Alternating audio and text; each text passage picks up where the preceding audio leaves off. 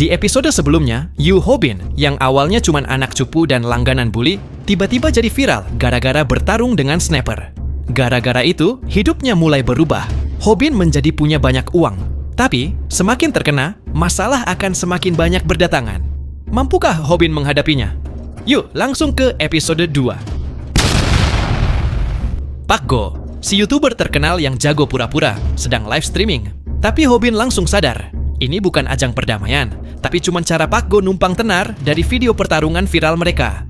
Pak Go memaksa Hobin dan Snapper tampil di depan kamera dan menyapa penonton sebagai anak-anak yang dibully. Tapi ternyata, Hobin dan Snapper punya rencana rahasia. Snapper menyuruh Hobin untuk mulai, tapi Hobin masih ragu.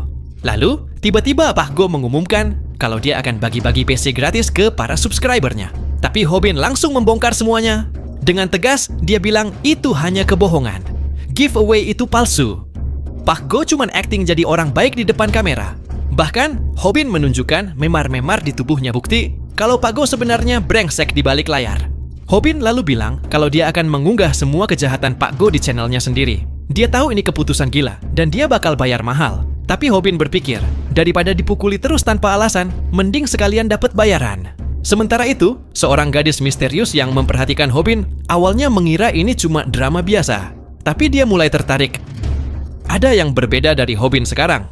Snapper mulai tersenyum puas. Rencana mereka sepertinya berhasil. Penonton channel Pak Go mulai pindah ke channel mereka. Dan Pak Go, dia jelas kesal dan malu karena dibongkar di depan ribuan orang. Tapi kemenangan mereka cuma sebentar. Tiba-tiba, siaran langsung Pak Go terputus. Katanya sih, karena baterai ponselnya habis, dan saat kamera mati, wajah asli Pak Go muncul. Dia langsung menghajar Hobin dengan brutal. Tapi ternyata, Snapper masih merekam. Dan lebih dari itu, dia menyiarkannya langsung ke 33.000 penonton. Mereka kebanjiran subscriber, dan Snapper merasa mereka sukses. Mereka berhasil menjatuhkan Pak Go dengan caranya sendiri. Snapper pun menyebut Hobin sebagai bintang acara. Karena memang, Hobin yang jadi korban demi konten. Tapi di tengah rasa sakit itu, Hobin mulai bertanya, apa benar ini layak terus-terusan dipukuli demi uang dan views? Hobin punya satu tujuan sekarang, menghasilkan uang dalam jumlah besar. Tapi untuk itu, dia dan Snapper butuh video yang benar-benar meledak. Tapi Hobin mulai sadar, apa orang-orang benar-benar ingin melihat anak yang dibully? Bukan, penonton ingin melihat si anak yang dibully bangkit dan melawan. Dengan tekad baru, Hobin menunjukkan sikap melawan. Tapi itu justru bikin Pak Go makin marah. Snapper mengeluh dalam hati. Seharusnya pemukulannya udah selesai kalau dia diam aja. Tapi sekarang, dia penasaran dari mana datangnya keberanian Hobin. Sayangnya kenyataan menyadarkan Hobin. Pak Go jauh lebih besar, mereka sama-sama anak SMA. Tapi Pak Go penuh otot, sementara Hobin kurus seperti ranting kering. Hobin sempat ingin minta maaf, tapi Pak Go malah menghina dan menyalahkannya atas penyakit kanker ibunya. Itu pemicu emosi terbesar Hobin. Untuk pertama kalinya dia menyerang balik. Tapi hasilnya, Pak Go bahkan tidak bergeser sedikit pun. Penonton tertawa dan Pak Go menyindir. Aku bakal kirim kamu ke rumah sakit, sekamar sama ibumu. Hobin dibanting ke lantai. Rasa malu, sakit, dan frustrasi bercampur jadi satu. Dan di momen itu, Hobin sadar, berat badan juga menentukan hasil pertarungan. Saat dia pikir semuanya sudah berakhir, Pak Go bersiap untuk memukul lagi. Tiba-tiba, seorang siswa yang selalu tidur di kelas buka suara. Pak Go, diam! Pak Go mencoba melawan balik secara verbal. Tapi begitu siswa itu menatapnya tajam, Pak Go langsung ciut. Namanya adalah Kim. Dan dia adalah bintang baru dunia MMA. Cuma dengan satu kalimat, dia bisa membungkam seluruh kelas. Hobin kagum. Kim adalah seseorang yang sudah berdiri di puncak, di dunia yang belum pernah ia sentuh. Pak Go pun pergi. Kim tidur lagi seperti tidak terjadi apa-apa. Snapper kemudian memuji Hobin. Lo kelihatan keren bro. Lo emang babak belur. Tapi kita dapat banyak fans baru. Malamnya, Pak Go pulang dengan perasaan lega. Karena siaran langsung sudah mati sebelum Hobin bisa membongkarnya. Tapi kenyataan menghantamnya. Semua orang tahu. Reputasinya hancur. Puluhan pesan masuk ke HP-nya sifat aslinya terbongkar. Ternyata video pemukulan itu viral di mana-mana. Pak Go pun mencoba menyelamatkan diri lewat siaran langsung. Minta maaf dengan muka memelas. Tapi dia melakukan kesalahan fatal. Dia mengira live streamnya sudah selesai. Padahal masih menyala. Dan dia berkata, penonton bodoh bakal percaya apa aja yang gue bilang. Boom, internet pun murka. Orang-orang mulai membongkar semua video palsunya. Seseorang bahkan membuat website khusus untuk melacak penurunan jumlah subscribernya. Pak Go jadi masa lalu. Dan Hobin naik menggantikannya. Snapper membuat pengumuman penting. Mulai sekarang, konten utama mereka adalah pertarungan. Tapi ada satu masalah besar. Platform YouTube hanya membayar dari iklan, bukan jumlah view. Dan untuk bisa menayangkan iklan, video harus berdurasi minimal 3 menit. Masalahnya, Hobin bahkan belum bisa bertahan lebih dari 1 menit dalam pertarungan. Kalau dia nggak bisa melewati batas 3 menit itu, karier YouTube-nya bisa tamat. Malam harinya, Hobin mulai mencari cara agar bisa menjadi lebih kuat. Ada yang menyarankan latihan bertahun-tahun, tapi Hobin sadar dia nggak punya waktu sebanyak itu. Dia mencoba mencari berbagai seni bela diri, tapi semuanya terlihat terlalu rumit. Sampai akhirnya, karena salah ketik, dia menemukan channel misterius bernama How to Fight.